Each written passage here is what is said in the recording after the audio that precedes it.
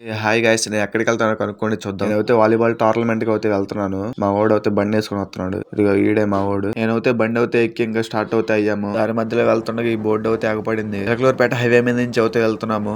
అయితే వెళ్ళిపోయాము. పిల్లలు అయితే గుంపులుగా చేరి అన్న మీరు వాలీబాల్ ఆడటానికి వచ్చారా అని అడుగుతున్నారు. అవును అని చెప్పాము. ఇది ఏ ఊరు, ఎక్కడి నుంచి వస్తున్నారు అని వివరాలు మొత్తం అడుగుతున్నారు ఈ పిల్లలు. ఈ టోర్నమెంట్ ఏ ఊరో చెప్పలేదుగా. వేలూరు చిలకలూరుపేట నుంచి 3 కిలోమీటర్లు ఉండిద్ది. టోర్నమెంట్ అయితే వైఎంసీఎస్ యూత్ వాళ్ళు అయితే కండక్ట్ చేశారు. వీడైతే సంతోష్ అక్కడికి వెళ్ళగానే బాగా పరిచయం అయ్యాడు నాకు.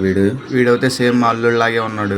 మాకైతే ఫస్ట్ మ్యాచ్ చిలకలూరుపేట వాళ్ళతో వేశారు. ఫస్ట్ సెట్ అయితే ఓడిపోయాము.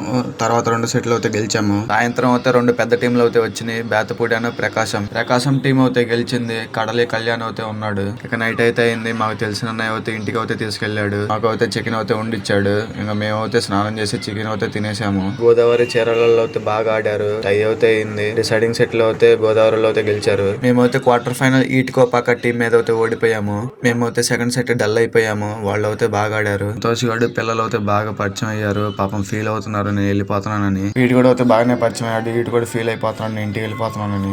నాకైతే ఏదోలాగా ఉంది వీడిని విడిచిపెట్టాలంటే సరే వెళ్ళాలి కాబట్టి వెళ్తున్నాను. సరే గైస్ ఉంటా.